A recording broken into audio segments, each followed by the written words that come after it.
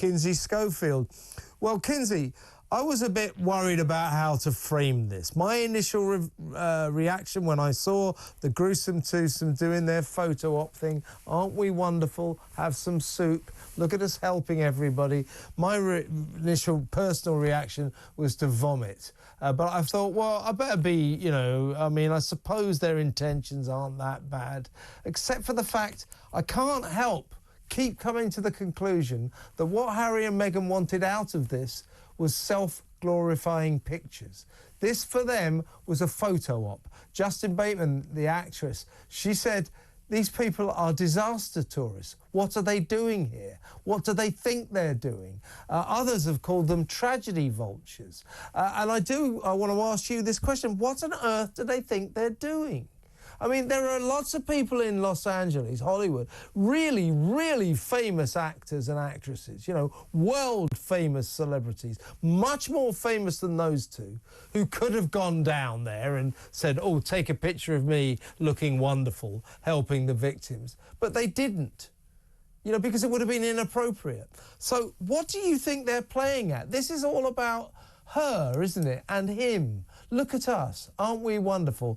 And I suppose the only thing that we should thank God for small mercies for was at least she's postponed release of her Netflix cooking show with Love Meghan. That's now been postponed because she thinks it's inappropriate. I've got some sympathy with her there. But come on, Kinsey, this was a bit tacky, wasn't it? Seeing them sifting through the possessions of people in their burnt-out homes. It was just wrong. I just felt it was wrong, didn't you? Yeah, I mean, again, we've watched them over the last year, particularly Prince Harry, really grasp at the idea. Well, I mean, 2 fake royal tours, so I guess they're both guilty of it, but really desperate to kind of hold on to that royal image. You know, I felt like both of the tours last year, they were just looking for the right photo opportunities. They just are desperate to continue to be seen as members of the British royal family. And again, that's what they were trying to do when walking through the ashes of, you know, people's entire lives. Our ashes are not your photo op. I mean, I thought that that was incredibly vulgar. Prince Harry currently suing your government because he wants more security. Why bring that chaos into an already exhausted situation? You know, you two don't go anywhere without a whole entourage because you're paranoid about your security, but you'd go into such a delicate place where, you know, there already is grief and chaos. They drove almost 200 miles to be seen. Kevin, I mean, that's absolutely ludicrous. And what do they bring to the table other than a distraction? You know, if I have a question about shrooms or the $4.99 salad bar at Sizzler, I'll give them a ring. But they are not experts on wildfires. They are not experts on construction or rebuilding a neighborhood or city after total devastation. He lucked out in the DNA department, and she lucked out with her second marriage. You know, why are we wasting our government resources that are already being torn apart because there's no way this fire should have been as deadly and as vicious as it was. It was a complete lack of preparation by our governor and multiple mayors. Why are we wasting those resources on these 2 quitters? Yeah. They're not members of the royal family. Yeah, as I say, don't forget, you know, they're in this is a city, Los Angeles, full of the biggest names in the world, some of the most famous people in the world, all of whom could have gone down and said, look at me being wonderful, look at me helping the victims of this fire, but none of whom did, because they understood it would be inappropriate. This is not the time for a photo op, for God's sake. And they also issued a statement, because I questioned it last week, questioned it on Twitter, on X, when they went, oh, you know, everybody, you must open up your homes to the homeless victims of this terrible fire. And I said, yeah, well, you got 19 bedrooms. How many people are you going to put up? They then subsequently put out a statement saying that they are offering refuge to loved ones and friends.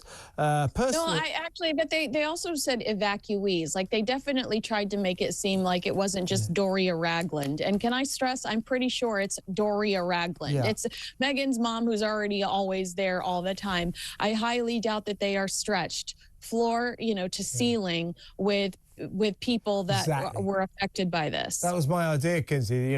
What I wanted to say when they put out that statement, we're offering evacuees refuge and all. All right, list them, name them. And by the way... And also, thanks, but Thomas Markle would love to see the inside of your house. Yeah, exactly right. I just think that, as I say, a lot of celebrities, famous people, will have thought, can I help? Would it be helpful if I went down to the scene? I mean, a lot of big celebrities are decent people, and they've looked at the situation and said, no, this is not the time for celebrity photo ops. It really isn't. So none of them, only Harry and Meghan have turned up, and people, frankly, are disgusted and they're angry. They really are. Justin Bateman, I think, spoke for the city when she said, what are these disaster tourists doing here? Other people have called them tragedy vultures. There's something weird and mawkish about it. And once again, no doubt led by Meghan, these two have completely misjudged the situation. They've got it badly wrong, right? Absolutely. And I'm going to pretend for 1 second that their heart was in the right place. Bear with me. But if we pretend that their heart was in the right place, I'd remind you of the multiple neighbors that have complained about Harry and Meghan in Montecito, saying that they don't contribute to the community and they really don't understand what their value is in the Montecito community. Now, I worked all weekend collecting clothing, new with tags, clothing, diapers, dog food, everything you can think of to ensure that we get that to some of the victims of these fires. I did that in my own neighborhood. I did not drive to where I knew I was going to be caught on camera by Fox 11 or CBS LA. Harry and Meghan drove over, almost 200 miles to a place where they knew that they were going to be seen. They could have rallied in Montecito and done just as much, if not more, in their own neighborhood. But the reason they opted not to do that is because they wanted to be caught on camera. And Meghan, who's constantly wearing the skin of her deceased mother-in-law, Princess Diana, desperate for us to believe that she is similar to Diana. Why you are so different? Diana sat in hospices between midnight and 5 a.m. with people. We never heard about it until she died. Had Meghan casually been caught, on social media with a camera in Montecito doing this under the radar, we would be having a much different reaction. But she got in her car, she drove to practically a crime scene. Some of these are considered arson, and she wanted to be caught on the news cameras because she wanted to be recognized for her work. When you want to be recognized for your work, you're telling us that your ultimate objective is not to do good, it's to be seen in a certain way.